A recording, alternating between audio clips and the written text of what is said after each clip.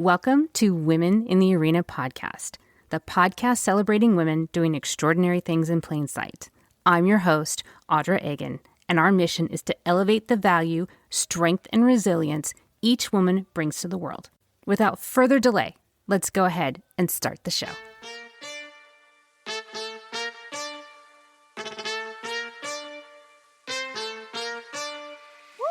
Oh, snaps, it's me again. Knock, knock, that swag is in. So fly, yeah, I'm a 10. Turn heads whenever I'm passing by. Look around, bringing the heat, though. Welcome in, everyone, and thank you so much for joining me again this week. This week, you are in for a treat. The woman that is joining me this week is such a remarkable woman. I cannot wait for you to meet her. Lizbeth Meredith is an author, a professional speaker, and a podcaster whose first book, Pieces of Me, Rescuing My Kidnapped Daughters, became a TV movie under the name of Stolen by Their Father. She works to increase resilience by taming trauma and crisis through storytelling. After 3 decades of serving crime survivors and offenders in Alaska, Lizbeth now enjoys working from home in East Tennessee and FaceTiming with her adult daughters and grandpets. I want to make sure that you have access to connect with her at lameredith.com. And don't forget to listen to her at Persistence U Podcast with Lizbeth. It is my pleasure and honor to introduce to you Lizbeth. Lizbeth, thank you so much for being here and welcome to the show. Audra, I'm so excited and grateful to our mutual friend Heidi Love for making that connection. This is the highlight of my week, no doubt. I am so excited for you to be here because you have a remarkable life, an incredible story, and you are just a joy and delight to talk to, to get to know. And nobody would guess that you've had such an incredible story and life. No one would guess the trauma in your background and what has led you to live such an incredible life of advocacy.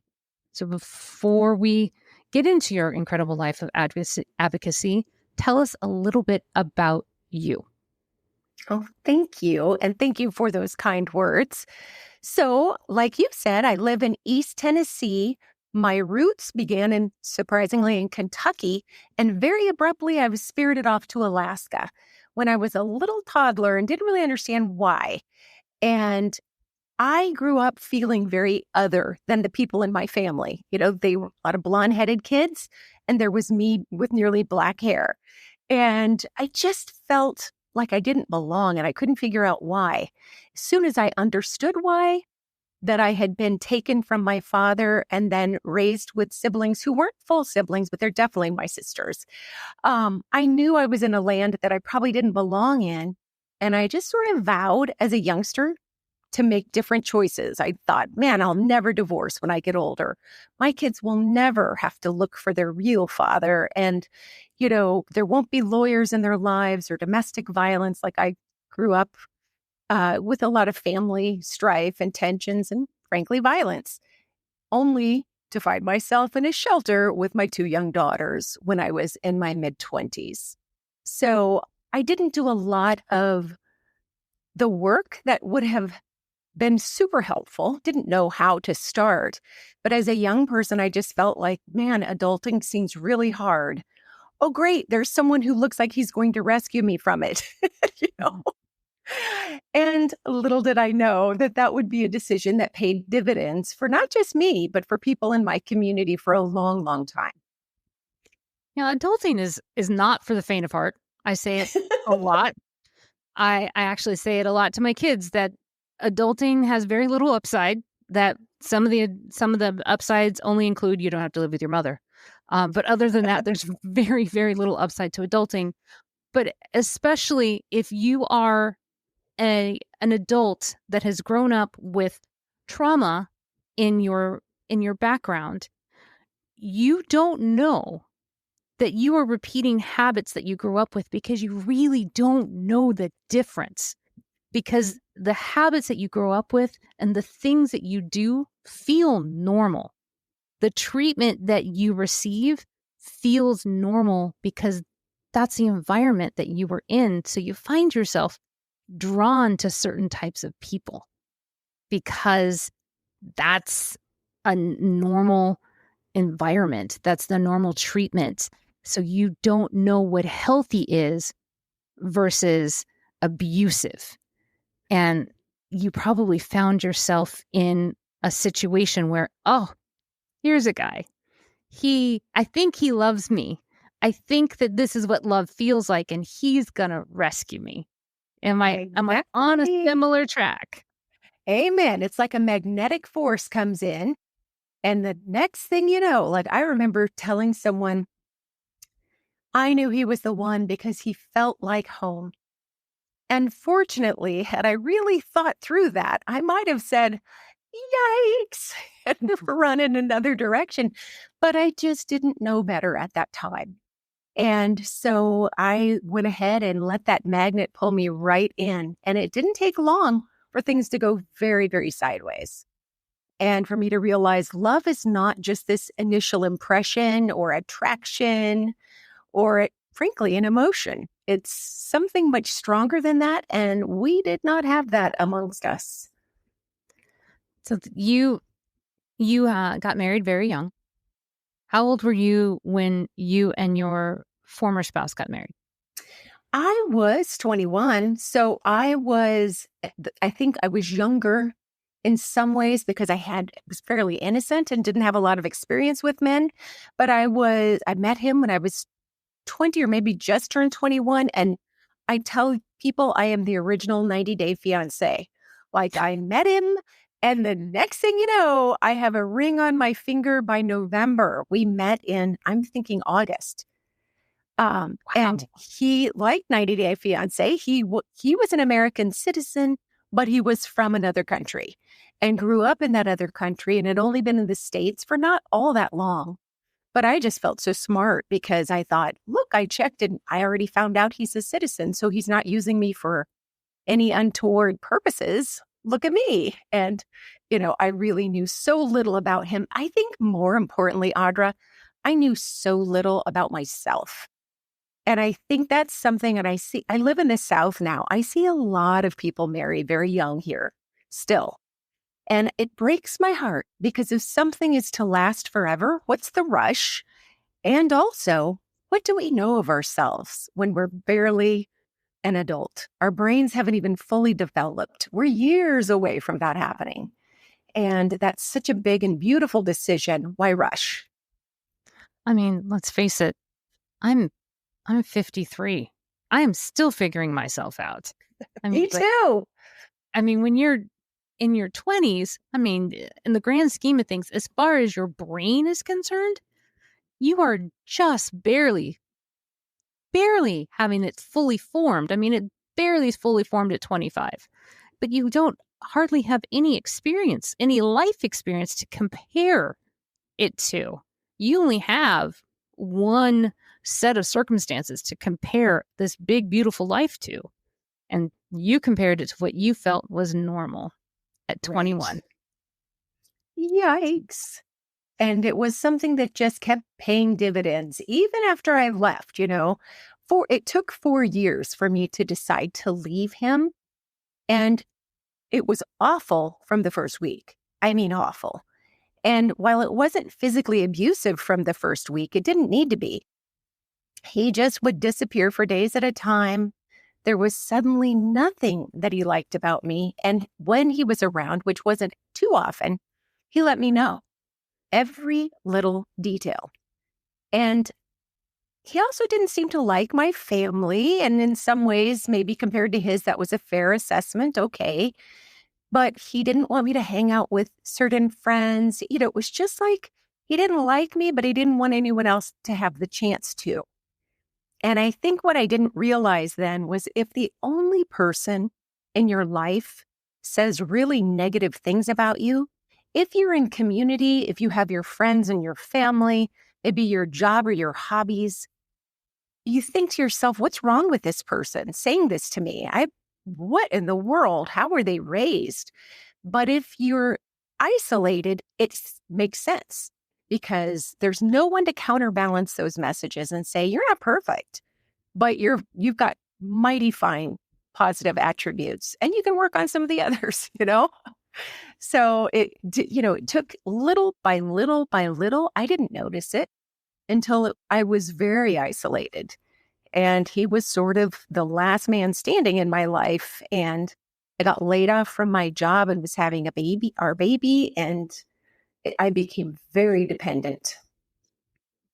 And you very quickly had two children, one right after the other. So now Yes. you're isolated with two little babies. Right. It was terrifyingly scary in some points because I feel like, and I don't think everyone feels this way today, but I felt very vulnerable being pregnant. Then add to that, I had a partner who was escalating in bad behaviors. And so he started cutting off my own financial ability to get a hold of money in my account. And I remember a time when my oldest daughter was an infant and I was pregnant with my youngest, and he had me on about a $25 a week grocery plan. That wouldn't buy diapers in Alaska for that price even back then. And so I was really left to figure out, who is the more important choice? Is it the upcoming baby, or is it the baby that I'm holding? Who do I choose? And it was awful. I did belong to a new mothers group. There was a group that he didn't object to, and it was at a church that I didn't particularly go to, but I could go to that without bothering him whatsoever. And someone I befriended at the new mothers group came by and saw me at one point when I was very, very pregnant with my second daughter, and I think she went to go open the refrigerator, put something in, and saw we didn't have anything. And she didn't say anything to me, but I got a donation at about Christmas time. A stranger showed up and delivered a ton of food and pregnancy clothes, maternity clothes on my doorstep in Alaska, saying Santa's elves have come a little early for you. And the trouble I got into because my husband found out.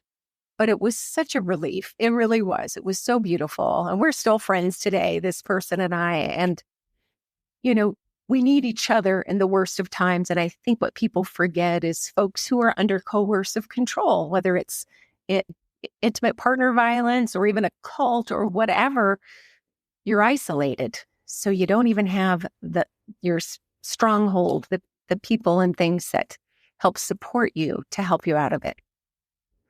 So you're in a very, very extreme situation. So the fact that you got the strength to leave is extraordinary. So you Thank did you. this for 4 years. Yes. Yes. So how long, devastating years. So you were only 25. Right. When I left. You were 25 when you left with two tiny little babies. So you Two adorable little girls. I had been, trigger warning, but I had been injured in front of my oldest daughter, and it was bad. It was really bad. It was life-threatening sort of a thing. So I think there was a light bulb that went off at that point. At the moment, I didn't feel then that I was worthy of a better future. I really didn't think that way. I didn't say to myself, I don't deserve to be treated like this. But when that happened in front of my daughter, I knew she deserved a better future. And the chances of things turning out well for her, if she grew up in a home like this, were about zero. So that helped a lot. That really helped me figure out I need to make a big change. And I did. This was Violence Against Women Act. This was police have to make an arrest sort of an act. So I knew back then that when you called the police, they used to do what sometimes I think they still do it, but pick up the angry person in the house. Usually, it was often the husband, not always. Drive him around the block, drop him off, and they would be on their way. Cool down, sir. You just need to cool down. And that's it. And I couldn't afford for that to happen.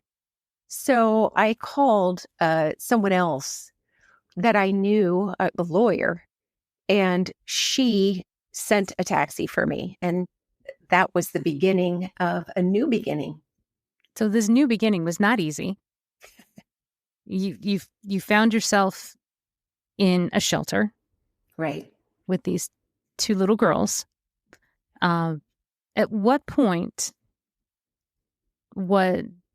did you find that your former spouse decided to take matters into his own hands and decide to hurt you by taking his daughters away from you? Right. Well, and I should say first that the last thing in the world I think most people want to hear is that they should go to a shelter or that they should go to domestic violence a place that has services for survivors of domestic violence. So I didn't want to do any of that. First, I just went to a friend's place and my husband tracked me there right away. And so eventually I went to the shelter and truthfully, it was very stressful. But there was a lot of advantages. And I try to remind people that there are things that one can learn and access if they do the thing they don't want to do sometimes that they'll never be able to do on their own very easily. So I did go to that shelter, and that was the beginning of many good micro decisions. I focused very hard on being what I like to call a good victim, because people are really annoyed with victims of domestic abuse often. And I know that it can be frustrating. It's not just that they're being rude. Sometimes it's very frustrating to hear the same story and not see change year after year. But I decided, no, I would not be that. I will not go back to him. I will not complain loudly. I will get a degree. I eventually decided I will get my degree. I will work. I won't ask for too much. I'll keep moving forward. Take the girls to counseling, play therapy, play by the rules. I really tried to color within the lines and make sure that I set us up for success. What I realized later was I must have had an imaginary thought, some sort of fantasy that I had control over his behavior. I felt like to end domestic violence, and I think a lot of people believe this today, to end domestic violence, victims need to make better choices. Some people will say victims need to have better self-esteem, like just get good self-esteem and this wouldn't happen in the first place. Well, that's not true. But I thought that I had put an end to things. And so I went through that horrific divorce. It took almost 2 years. I had to rely on legal aid. He kept stalking me. It was not easy. There were days where, and one day in particular, I get a knock at the door. It's Child Protective Services coming because there's been an allegation I've abused my kids. So the girls are strip searched. That day, public assistance comes by our home to check to see if I actually had a man living with me because there had been an anonymous report. I wonder who made that report, that there was a man living with me. I have, apropos of nothing, size 9.5 feet. They're kind of big for a woman. I'm not a short woman. So when they saw blue skis in my closet, cross-country skis, someone had gifted me. They're like, well, that proves that there is a man living with you. I'm like, no, these are my feet. Watch me slide my feet in. None of this was funny at the time, but this was the life I led. While I was trying to go to school, my children were suffering their own losses. Sometimes he would show up for visits. A lot of times he wouldn't. But it's always incumbent upon the parent to get their child ready and have them waiting at the door. And if they choose to do something, then they could be fined a couple $100 a day for missed visits. So my kids didn't see him regularly, but when they did and they got old enough to speak, the things they would come home with were terrifying. Daddy says you're going to die. You're going to hell. Daddy says you won't love us anymore. Daddy says you'll find someone new. Daddy says, I think at one point, one of my daughters said he's going to kill you. So scary messages for little kids to have to bring back to their mother. But 4 years later, not 4.5, 4 exact years later, I made it. Within 2 years, I'd finished up that college degree. So I did it. I got a wonderful job as an advocate in a domestic violence agency, the same one I'd fled to. So I got to do trainings for law enforcement and judges and talk about my real experiences and help women who weren't in the shelter to learn to be their own best advocate. So it was an amazing job for $10 an hour. And, I loved it. I lived with a roommate who was just like a grandmother to my children, but better than the ones that they inherited. So I just felt like in some ways I was living the dream. If I could just deal with the anxiety of all the stalking. And then, sure enough, 4 years after I left him, he took our daughters and fled the country on a visit. And I didn't see them for more than 2 years. By the time I did, they no longer spoke the language that I did. So they've gone through countless difficult circumstances. I am not saying this to blame myself, but I want to be very clear. This was not so that he could be with the kids. It was to punish me because I stepped out and left. And it was quite a punishment. It was. So this experience, and you were trying to be, you used an interesting word, trying to be a good victim, which I think is interesting, the way that you described that as being a good victim, being, I guess, better than what all the others had been before. Right. It's ridiculous, really. Which kind of, when you say it out loud, just sounds the bizarre, but I understand why you were explaining it that way, because there's not a whole lot of sympathy for the victim, which I don't understand why, because they're like, why don't you leave? Why don't you leave? Because it's not easy, because the system, unfortunately, is still not set up to protect the victim. So you're in this situation going, I'm going to do this differently. I'm going to outsmart this system. I'm going to fix this. And you did everything right. And he outsmarted the system. He outsmarted it. And this is what triggered it souped up your advocacy. You thought, okay, I did everything right. And it still had a backlash on me. Correct. Now I'm going to kick this up a notch. Now I'm pissed. Right. Now this isn't just I'm angry. Now I'm pissed because now you have taken my children to another country, and now you have to fight to get your children back from another country, which is not going to be easy. How did you survive 2 years without your children? I'm assuming you didn't have any contact with them whatsoever. Not one phone call, not one picture, not one letter, nothing. I think there were a few things that helped me survive. One of, I've been treated very, very badly in that marriage, but when I got out and went to the shelter, and in some ways, not having a supportive family at the time, I now know many more of my family members. And I can honestly tell you that a number of them would have stepped up had they known, but I didn't know them then. I just didn't know them. So having no family in my corner and no resources in some ways was a huge strength. And being young and optimistic, because I had to land on my feet.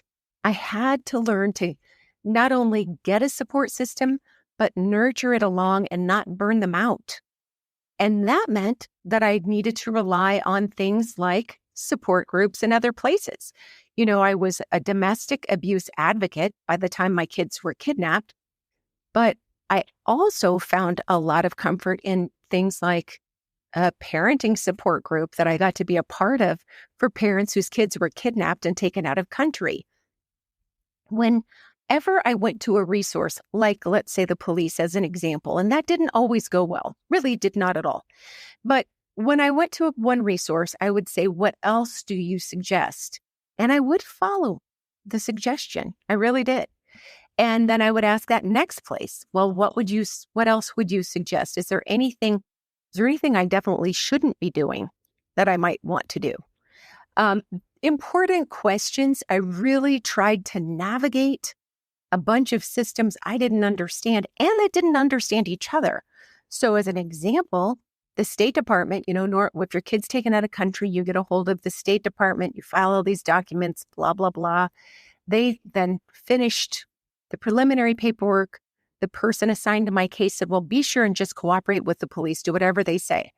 I did. And the police eventually, after a lot of prodding and me going to the newspaper, issued a warrant for my ex-husband. And then the State Department turned around and said, this is the dumbest, most ridiculous thing you could have done. This is so horrific. Why would you do this? Now you'll never get your children back.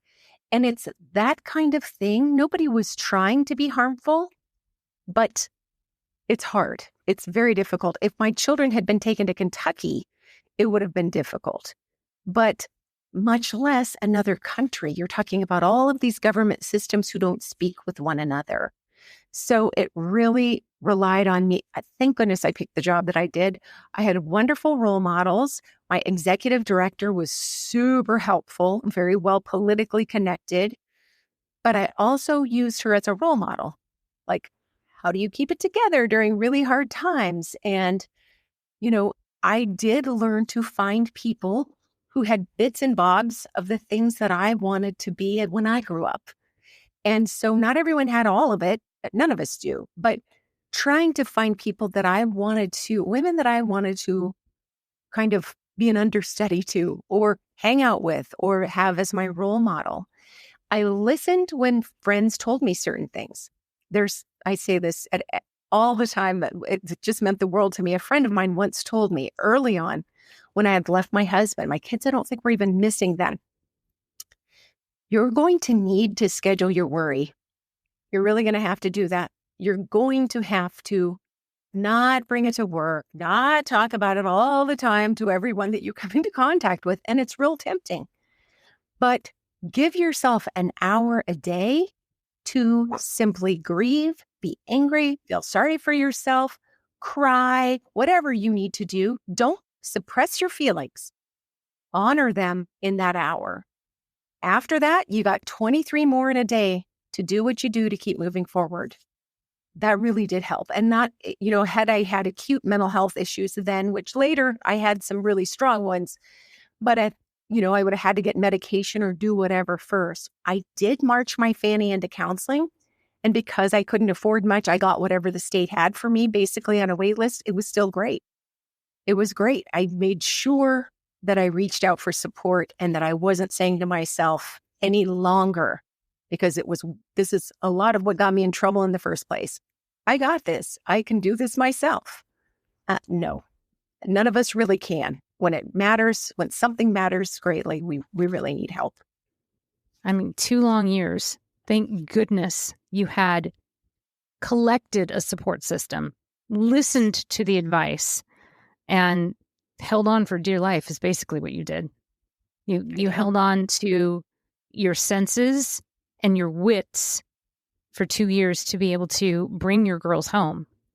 But what I think I am so impressed with is that you could have taken all of that knowledge that you gathered while trying to bring your girls home, and you could have just kept it at that. You could have just said, okay, I accomplished this. I brought my girls home. They're home safe. I'm done. I'm going to be home. I'm going to recover with them. I'm going to make sure that they're recovered. And I don't want to ever do this again. You did not. You took all of this information, all of this research, all of the connections that you made, all of the information that you gathered, everything. And like I said in the beginning, you took your pain, you took your experience, and you took your knowledge, and you turned it up to a 10. And you've become this amazing advocate for others that have been in situations just like you. So tell us a little bit about what your experience has been like as an advocate for others that have been in your situation, both here domestically and abroad. Thank you. Thank you so much for saying that. And please know, and maybe we'll double back to this, but I made huge mistakes along the way, parenting traumatized children. And there were things that I just didn't know and made things worse at times. So I want to be real clear that this wasn't just a super smooth process. But I was so fortunate to return after 3.5 months was the second trip I took. And I was able to come back to my job where I now made $12 an hour. And I often say, well, it was a $100,000 problem on a very slim budget. But I will tell you, the community was so excited when I got home. I did get to return to that job. I was in rough shape. And it would have been ideal had I had more leave to focus on my mental health and the kids. But I didn't. I had to go back the very next workday, basically. I had really burned through not just my leave, but employees had donated leave. I had burned through all of it. And what a fortunate person I was to have that to begin with. Helping teach people to advocate for themselves, that job was the perfect job for it. And my life, in some ways, had been the perfect case study because I do believe if somebody would have rolled right in at my time of need and said, hey, I got this. Don't worry about it. I can write big checks and I'll take care of all the details. You just show up when we need you. I would have said, yes, please. And I still hear a lot from people who are kind of looking for that from me today. And I can't do that. I can't go help people get their children or spend individual time troubleshooting how to get them back. But what I can do is teach people to be the best that I know, to be their own best advocate. And it really does have so much to do with, we start with a mindset and self-care, taking good care of ourselves, and the idea that early on in whatever we're going through that hurts so much, we could help someone else later. If in between when it happens to us and when we get to them, we take stock of what we're learning, what worked and what didn't. And I feel like to some extent I had an unfair advantage because I was so emotionally damaged by the time that my kids were kidnapped that there was a certain part of removal. So I had really thought about life as a story. There's a beginning, a middle, and an end. And none of us, when we're born, we didn't write our beginning. People say we all have equal chances. I don't agree. I don't agree whatsoever, depending on where you're born in the world, especially. We don't get to choose a whole lot of things, but we are handed something. And in the middle, we're fortunate if we can start shaping or influencing some of it to where we can feel proud of the ending, no matter what happens, because a lot of things will happen out of our control. But if we can just have more opportunity to influence it, that will be useful. And so for me, I would think this is a story. It's had a beginning. I'm in the middle. And I'm envisioning a different ending. And, that helped me a lot. It did. There were certain theme songs that I would have running around in my mind when I was feeling so much despair and so much hopelessness. And I would think, I know when my kids get off the plane, I'll be thinking about this song, and I would just allow myself to envision that beautiful thing. So then when I was arrested wrongfully in Greece, when my attorneys quit, and I don't blame them because I didn't pay them fully, my Greek attorneys, when so many setbacks happened, when I had a police officer who was looking to date me rather than helping me, I could get through some of that just thinking it'll make great story later, which it did. Turns out people love tragedy. but, Makes a great book. Woohoo! Thank you. But, it really helped to have that vision. But I think for all of us, if we can remember, no matter what we're going through, someone else has already walked through it, something similar. And what skills am I learning in the midst of it? I could tell you in great detail back then who didn't show up that I thought would have to help in my life. Because that's the normal thing is our brains are kind of wired to be a little bit negative. But I started thinking, oh, wait a minute. Look at all the unexpected people. People in Greece I'd never met helped. People and one person in Turkey tried to help in the country of Turkey. Countless Alaskans responded to this newspaper stories that were coming out about my kids. more often than not, it was fabulous and delightful and really heartfelt. And there are always going to be those people who are a little trollish. That's okay. That's okay. Feel bad for them, but we don't have to hold on to it. So in the middle of all of a bad time, as far as teaching people to be their own best advocate, I would say starting out with knowing where we want to go, really being intentional about when we emote so that we don't burn out our support systems. We really do need support groups for certain things. Like if you're going through, let's say, a divorce or a spouse that died, for a while, your friends will be there and they'll be happy to do so. There comes a time when they might not be. And so diversifying and making sure that we have a place to put that doesn't mean that they don't care, but we don't want to just take over. They got their own tragedies, their own life, and their own hardships. So doing, definitely modulating a support system and then remembering to contribute, not just to take in the midst of that. For me, that was some of the most important lessons learned in advocacy. And I really failed at times. People would say, I had a good friend say to me, sometimes you just suck the air right out of the room. And it was true. It wasn't an ideal message, but I needed to hear it because, if you're not told those things, you can see your friendships becoming scarce and you not knowing why, because they were too tactful to tell you that you're all about yourself anymore in this crisis. You'd mentioned some other mistakes that you had made. Is there other things that you had made that you're like, oh, I really blew it on that one? And maybe they are mistakes that we all make. It may not have been in these same situations that we could learn from it too. Right.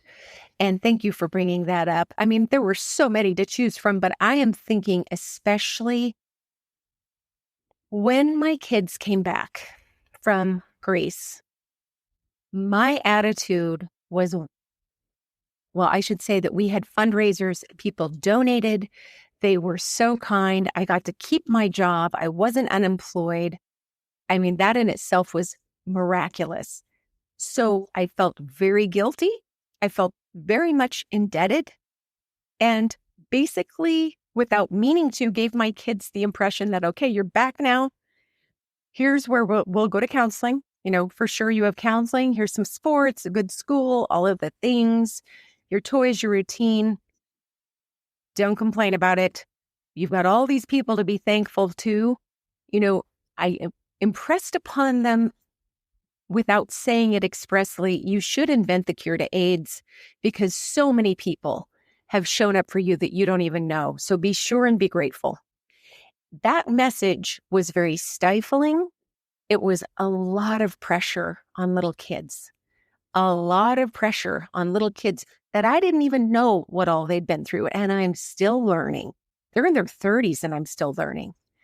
So raising them as I'd been raised in the bootstraps generation did 0% good, as near as I can tell.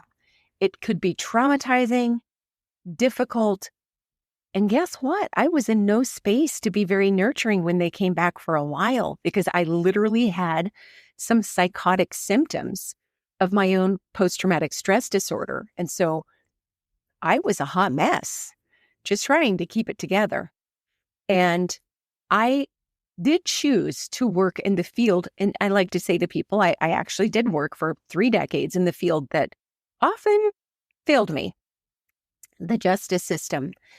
But what was so helpful about that was I had continuing education. So I got my master's degree and I did, some other things, but I kept getting continuing education at work. And not only that, I helped serve people whose lives made mine look like child's play. I mean, there were people up until the day I retired that it looked like I had just been living the dream my entire life. Theirs was so difficult.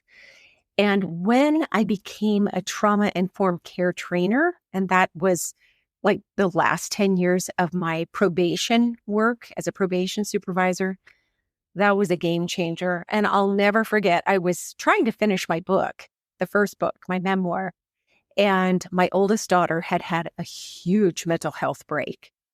And she was like a little kid again. She didn't just have a mental health break. It was like it brought her back to the age in which she was taken. And so I had thought that we were on a path where things were just about to get better because she was like 19 when this happened. And instead, it was quite the opposite. So she called me at work as I'm at a training for trauma-informed care trainers. And suddenly I knew it was like, for me, that was my own snap. That was a break where I understood, oh my gosh, I have been doing this wrong.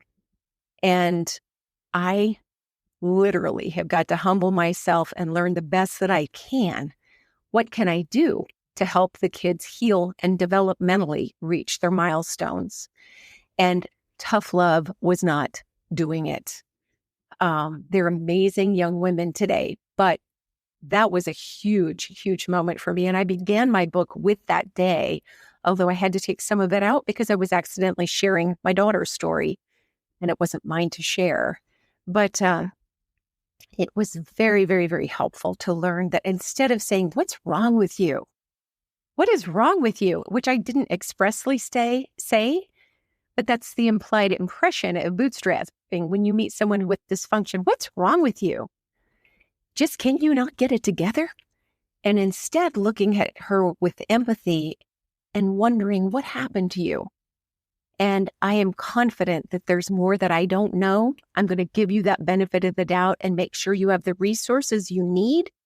And I'll see you at strength-based as opposed to your foibles, your the things that hurt. How has that changed, or how did that change when you were advocating for children of trauma instead of seeing these kids and putting them in therapy and going, oh, they're kids, they're resilient, they'll be fine, they'll bounce back, they'll be better. And then seeing that, well, no, that trauma stays with you. I've heard that trauma, while it is emotional trauma, actually sits in the body physically somewhere. So how did that change the way you approached it once you saw the way your daughter had been affected and how it made her revert back as a child emotionally? That was so tough. That was just so tough. And even before I was a trauma-informed care trainer, I had left domestic abuse advocacy to become a child abuse investigator.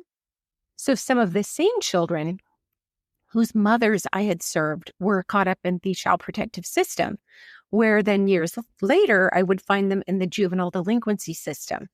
So some of the kids, I used to joke, like, I should be in your baby album. Do you want a picture? Like, we've been together a long time. But what I didn't realize, even as a child abuse investigator, was how much kids, even pre-birth children, much less infants, are impacted by what's going on in the home. They don't have to witness it personally. They don't have to have their eyeballs on parents and there be injuries.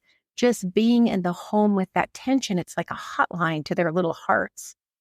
So for me, that was, first of all, I was engulfed with a whole lot of guilt with my oldest daughter. We still had some things to work out, but my therapist turned into more of a parenting coach for me at that point and really served her needs, but helped me be the best advocate for her also. And with other kids in the system, what I learned to do was to let them know that, they were still accountable for their actions. I never want people to think that trauma-informed care is like green lighting bad behavior in people, or there's no hope for any of us. We cannot allow criminal conduct to go on and say, well, it was just you. If you only knew what they went through, you would not think they should be having consequences. No. People need consequences. That's part of healing. But letting the juveniles know that I served, and the same with adult women later, and I've done some coaching work, but letting people know that I see your potential, I see who you are, I want the best for you. I'm never going to work harder than you do for your own progress, but I will be with you during this journey. And I understand it's not going to be a perfect straight line. to success. Success is up and down and whatever, but in the journey, that's where a lot of the gold is. So it really helped so much. Before it was very common for us to say to probationers, whether they were adults or juveniles, I'm going to get paid one way or the other. So you can do what you like. Because it seemed like sometimes, it didn't just seem like, sometimes people were acting out to get that attention. So to combat that, well, I'll get paid one way or the other. You do what you need, but you're going to have consequences. And a juvenile once told me, I need to hear from you that you care that I succeed. That's all I want to hear, that you care that I succeed. I know my success isn't your problem. That's me. But I want to know that this relationship matters and that you care that I do succeed. And I said that from every, pretty much every interaction on after that. Wow. A child that had that sense of self, enough self-awareness, regardless of what that poor child had been going through at that point, had enough self-awareness to say, I need to know that I matter to somebody, anybody. Right. And if the only person that I have available to me is you, well, then I need to know that I matter to you. I don't know who that child is, but I applaud that child for having the strength and the enough sense of self. It might have been desperation, and saying that to you and saying, please make me matter to you, because that changed you and every child thereafter. I don't know if that child, if you're still in contact with that child, bravo. Bravo. And I am so proud of whomever that is. You changed by standing up to you. That child changed lives. Right. Probably changed generations and doesn't even realize that that child did that. A definite truth teller. And really, the job was, in many ways, very inspirational, because you could see people surviving the unimaginable and sometimes going on to do, in a short period of time, because we didn't have them forever, a pretty amazing stuff, but always trying to do a little, not always, often, I should say more honestly, often trying to do better than what was modeled for them. And that's certainly not easy. No. Because they didn't have a foundation to do it. So they were making it up as they were going along. Right. Much like yourself. You were making it up as you went along because it wasn't modeled for you. It was not. And I will say my parents were both high school dropouts, and I feel like they were both hard workers. And I mean, when you look at what they were going through historically, that's one advantage of writing a book, is like you have to really get into your parents' heads or whoever you're writing about. But I thought, finally, I started thinking about, well, what were they going through? Oh, wow. They didn't have much of a shot either. Being born or surviving the Great Depression, not having access to education, not having role models that helped support them because everyone's in survival mode. It was hard for them. So it didn't mean that I said to myself, sign me up for an extra portion of that, but also that I didn't want to hold any bitterness. And I had to say, they did survive and they had some amazing strengths. Just wasn't quite what I needed at the moment, but that's okay, So do you think that your work has given you the ability to heal? I mean, you've had a tremendous story and you've gotten more than your fair share of trauma. You probably got a couple of helpings of trauma. But because of the work that you've done and the advocacy that you've done and the lives that you've been able to affect and help heal, starting with your children, do you think that your work has been able to finally heal the initial wound that you were given? That initial, we'll call it the mother wound. I mean, for lack of another name. Right. Has it been able to help heal that initial wound? It has definitely been able to help heal that initial wound. all of my work really has. But it's important to, like what you said, help heal. I do believe that healing is that long-term journey. And there are times where I feel like, wow, life couldn't be better. And I think I'm over this or that or whatever. But honestly, trauma doesn't work like that. And so that's, I think, why I tell people, like, I like to help increase resilience by taming trauma through the use of story. But I would never say to someone, I'm going to help you get over it, or I'm going to help you arrive to a certain destination, because I certainly haven't found it. And it just is an ongoing battle.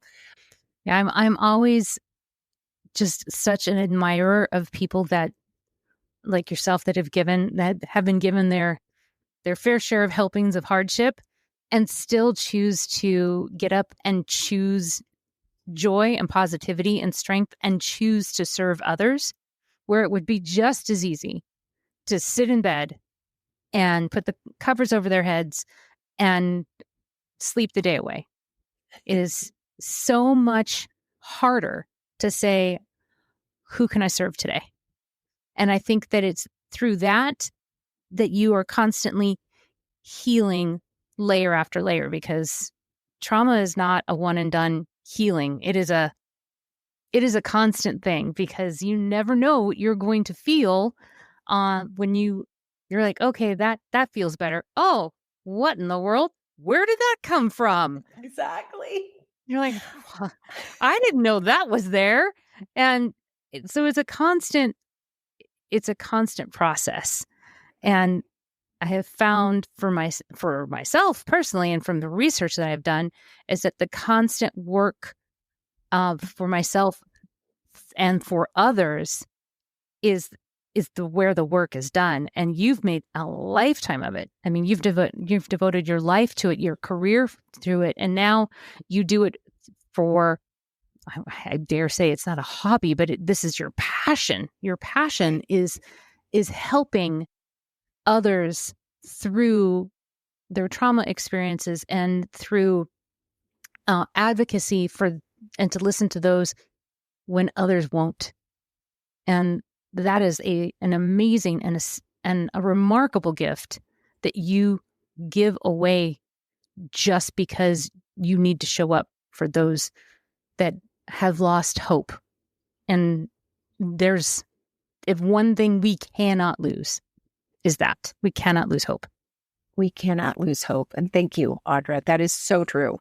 We cannot lose hope. And I never want anyone to feel like they can't be their own best advocate. And I think as women, one of the most important things that we can learn is, we cannot hire some sort of an agent that will machete through hard times for us. It's us. We can read, we can go to therapy, we can do many sorts of forms of healing. But my hope is to help in writing and storytelling and all of that for people to understand each of us can be our own best advocate. It may look very differently for another person than it did for me, but there's no doubt that the answers and the connections, all of that will come from that person if he or she is willing to be their own best advocate. And I feel like I wouldn't go through again what I went through back in my youth. But I will say this one thing: if we take some sort of inventory of the skills we learn, they can be really powerful things in our professional life. And it was just something I was inventorying the other day. Like, I really did look for mentors early on. And I still did that in the professional workplace for development. And that really served me. And the same with learning that I didn't have the social skills so well, but to learn the social skills to be in support and give support, that's networking, right? I mean, that's networking and learning the written communication piece of dealing in crises. It's a part of my second book. I don't know that I did a great job telling it, but I meant to. But like, how to hold government systems and non-government systems accountable. Very important. You do that in writing. You really don't do that by phone or saying nasty things online, putting up a nasty Yelp review is not going to help you necessarily. It really won't. So, we all have it in us to learn how to get through really difficult times, but I feel like we can retain some of those skills, and that's a good thing. And you've done it in such an efficient and remarkable way.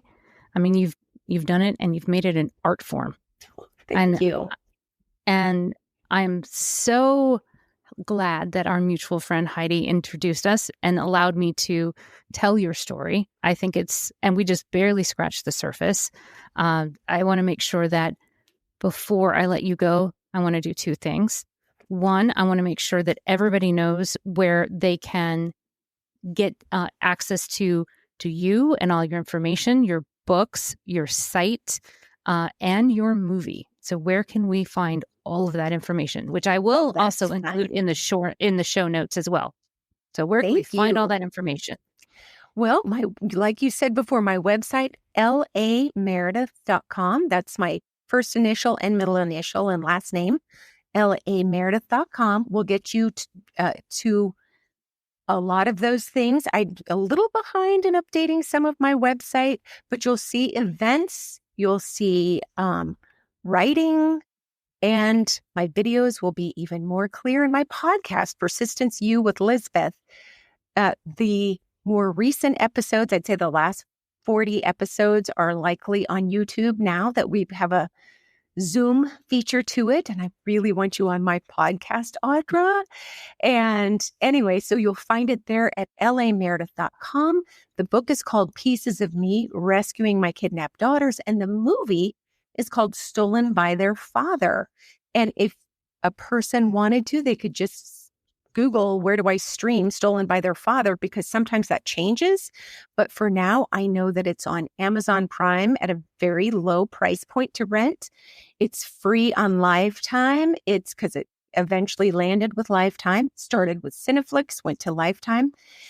It's on Vudu and Hulu and some other places. So that's where they can find that. And thank you for asking. I have loved being here today. So excited.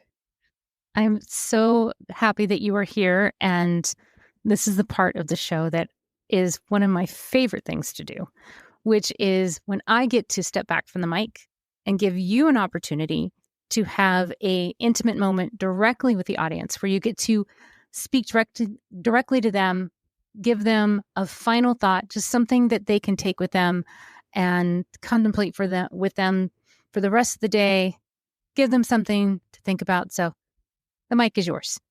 Oh, thank you. Well, I like to think of setbacks, and we all have them. Not all of us have huge trauma, but all of us at some point have setbacks. A lot of us have huge traumas. We can allow it to not define us, but it can refine us. And so I think of when you think of yourself as a diamond in the rough, sometimes the process doesn't make our life uglier in the end. It really can be something worth savoring and something worth either writing about or sharing with someone.